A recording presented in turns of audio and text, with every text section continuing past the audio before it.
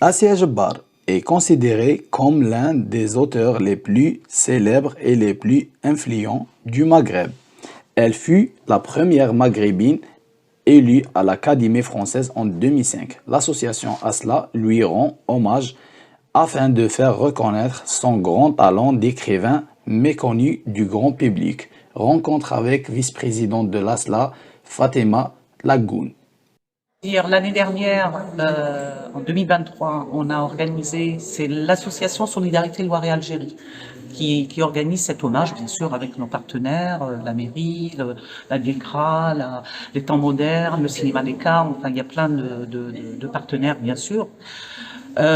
Et donc l'année dernière, on a organisé une semaine hommage pour rendre hommage à Gisèle Halimi. On a vu en fait que Gisèle Halimi, pour dire le terme en arabe, Gisèle Halimi, elle est connue du grand public de par tout ce qu'elle a, tout le procès de Bobigny qui l'a énormément fait connaître, etc. Donc on a décidé au sein du bureau de l'ASLA de rendre hommage à une écrivaine, à une militante, à une femme qui a œuvré pour le collectif, qui a été admise à l'Académie française, qui a été la première cinéaste algérienne, qui a réalisé 2 films d'ailleurs, et qui malgré tout, et malheureusement, n'est pas tellement connue du grand public.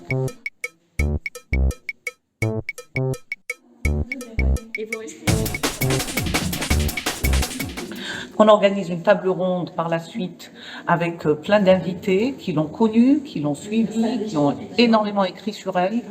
Donc ça sera à la médiathèque d'Orléans. Et on fait venir jeudi et vendredi Ahmed Bedjaoui, qui est une sommité au niveau critique cinématographique en Algérie. Moi, quand j'étais en Algérie, c'est comme ça que j'ai eu peut-être le goût de la cinéphilie. C'est Ahmed Bedjaoui qui me l'a transmis. Donc, il sera là, il vient d'Algérie, pour animer, pour faire une conférence d'abord le jeudi soir. Ça sera au FRAC d'Orléans. Et le vendredi soir, après la projection du film Le Puits, donc il sera au cinéma Les Carmes pour aussi animer le débat qui suivra la projection du film.